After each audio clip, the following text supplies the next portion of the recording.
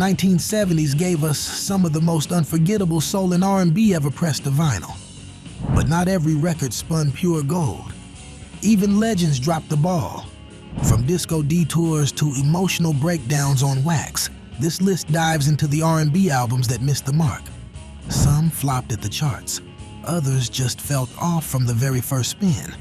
But all of them left us asking, what happened? Number 10. Universal Love by MFSB, the band that lost its soul.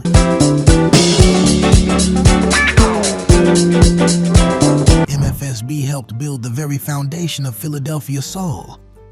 They were the session masters, the groove architects behind the OJs and Harold Melvin. So when they stepped out front on their own, expectations soared. Their debut made waves, but by the time Universal Love arrived in 1975, the spirit was gone.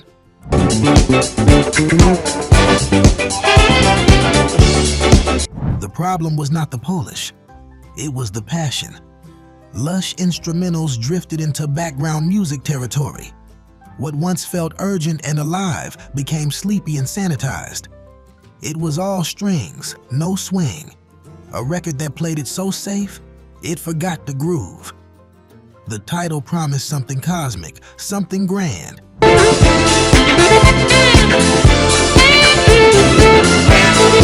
But the message got lost in translation.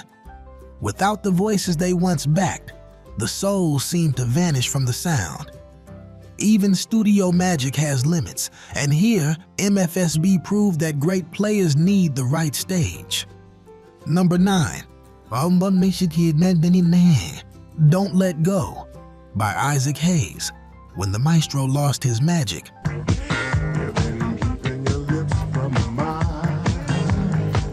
Isaac Hayes was a force in the early 70s.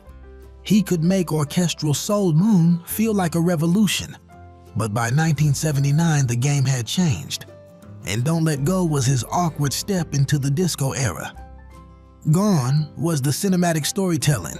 In its place, slick beats and uncertain direction. Come on, baby, it's time to rock. The title track flirted with dance floor energy, but lacked the fire that made Hayes legendary. Covers like What Does It Take fell flat, drained of urgency and soul. Even Isaac's commanding voice could not lift production that felt cold and calculated. This was his first album after the collapse of Stax Records, and it showed.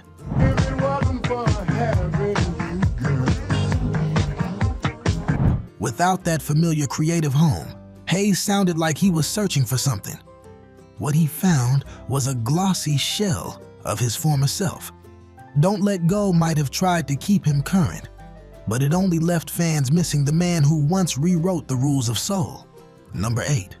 Mr. Melody by Natalie Cole, a sophomore slump in satin. Melody, Mr. Melody. Natalie Cole stepped into the spotlight with fire in her voice and Aretha-sized expectations on her shoulders. Her debut was electric, but by her third album, Mr. Melody, released in 1911, something had dulled that spark. The songs were safe. The production was clean to a fault. You are my melody, as sweet as you can. Mr. Melody, the title track, leaned more novelty than timeless. Instead of building on her strength and sass, the album softened her edges. The arrangements felt like they were afraid to let Natalie loose. There is no denying Cole's talent, but this record held it back. Instead of bold soul, we got pretty pop with no punch. My mind constantly, and I think of you the whole day. It was an album that sounded nice but said very little. A missed opportunity to let a rising star truly shine. Natalie would go on to reclaim her voice with bigger, better records. But Mr. Melody stands as a reminder of what happens when you try to package soul in too much sugar. Number 7.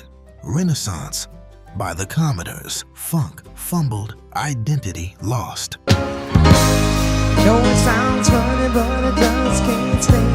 Before Lionel Richie led the Commodores into chart-topping ballad territory, They were a full-blown funk machine.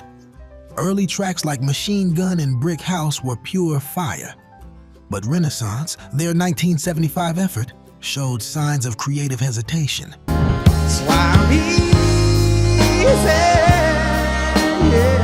The album tiptoed between their gritty roots and smoother pop ambitions. The funk was still there, but muted. The ballads lacked Lionel's later emotional pull. Renaissance sounded like a band unsure of who they wanted to be. Wonderland offered a glimpse of the past, but most tracks faded into forgettable territory. It was not bad, just bland.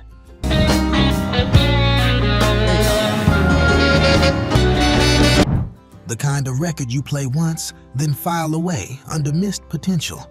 Fans could feel the shift. The Commodores were evolving, but not quite blooming. Renaissance may have hinted at greatness to come, but as a standalone album, it struggled to find its rhythm. Number 6, Turn the Beat Around by Vicki Sue Robinson. Disco Dreams, Soul Lost.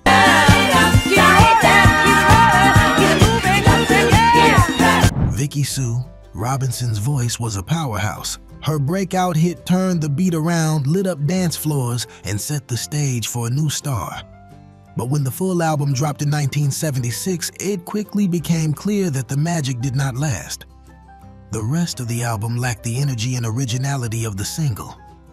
Tracks blurred together in a wash of disco cliches and overproduced gloss. When the guitar player starts playing with the syncopated rhythm, make me wanna move my body. The funk was thin, the soul was buried, and Robinson's talent was trapped in formulaic arrangements. There were hints of something deeper beneath the surface, but the record label had one thing in mind: disco dollars. They packaged Robinson as a club queen, not a soul singer, and the album suffered for it. In chasing the trend, the music lost its voice. Turn the Beat Around was a classic single, but the album left listeners dancing toward the exit. To hear percussion, turn it upside. If these 1970s R&B stumbles are bringing back memories or raising eyebrows, give this video a thumbs up. It helps us keep the groove alive and the deep dives coming. And stick around, because the final 5 are where things really go off the rails. Number 5, Love is the Message by MFSB. Great players, no punt.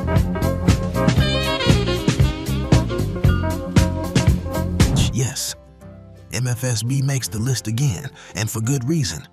Love is the Message, released in 1973, gave us the timeless Soul Train theme TSO.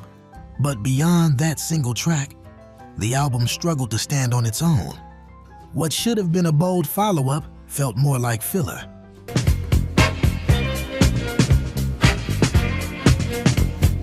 The arrangements were smooth but uninspired.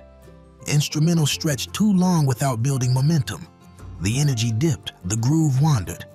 Without vocalists out front, the songs lacked identity. MFSB were brilliant in the background, but in the spotlight, they floundered.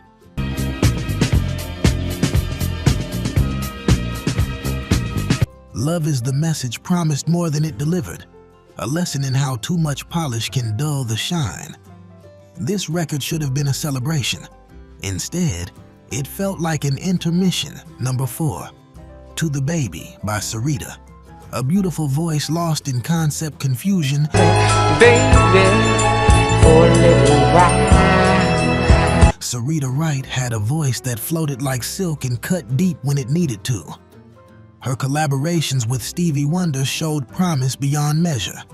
But To the Baby, recorded in 1974 and shelved until decades later, remains a puzzle. Concern, you know she's still a baby. Intended as a concept album about motherhood and love, it leaned heavily on gentle melodies and spiritual themes. But the songs drifted without anchor. Beautiful, yes. Memorable, no. Stevie's production, usually so dynamic, was unusually restrained. The result was an album that whispered when it needed to sing. To all the way you see, but you There was no standout single, no moment that grabbed the soul and refused to let go. To the Baby was heartfelt but hollow. A quiet album in a loud era, it got lost in the noise. Not because it was bad, but because it never found its place. Number 3, the Wiz Soundtrack, original cast. Big dreams, no direction.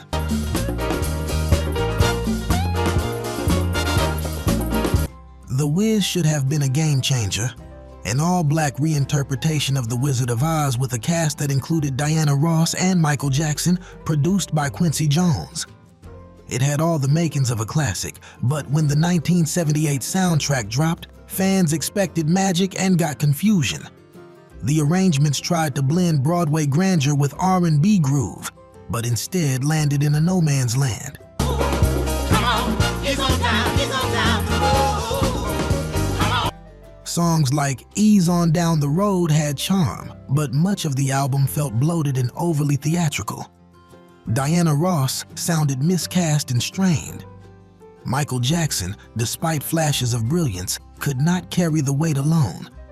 Even Quincy, usually a master at pulling threads together, seemed to lose his touch here. The cohesion was missing. The rhythm never clicked. He's on down, he's on down. Come on, he's on down. Despite its pedigree, the album struggled to chart and left many scratching their heads. It was not a total failure, but it was a letdown. Proof that even the brightest stars need the right vehicle. Number 2, Message from the Meters by The Meters. Funk royalty, gone silent.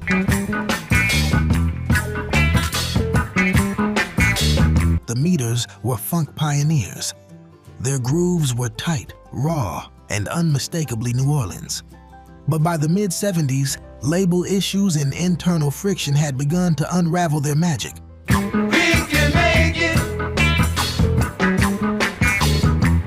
Message from the Meters, released in 1906, was a collection of leftover tracks packaged as an album, and it showed. There was no vision, no energy, no drive. Just odds and ends that lacked the fire of their early work. It felt more like a label cash grab than a real release. Fans were disappointed.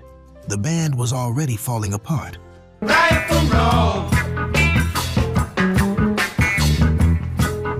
What should have been a celebration of their legacy ended up a cold afterthought. And while later generations would rediscover their greatness, this record remains a low point, a reminder that timing, context, and intent matter just as much as talent.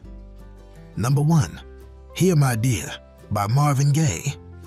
A masterpiece and a meltdown. I knew right then and there, this is what Marvin Gaye's Here. My Dear is both infamous and fascinating.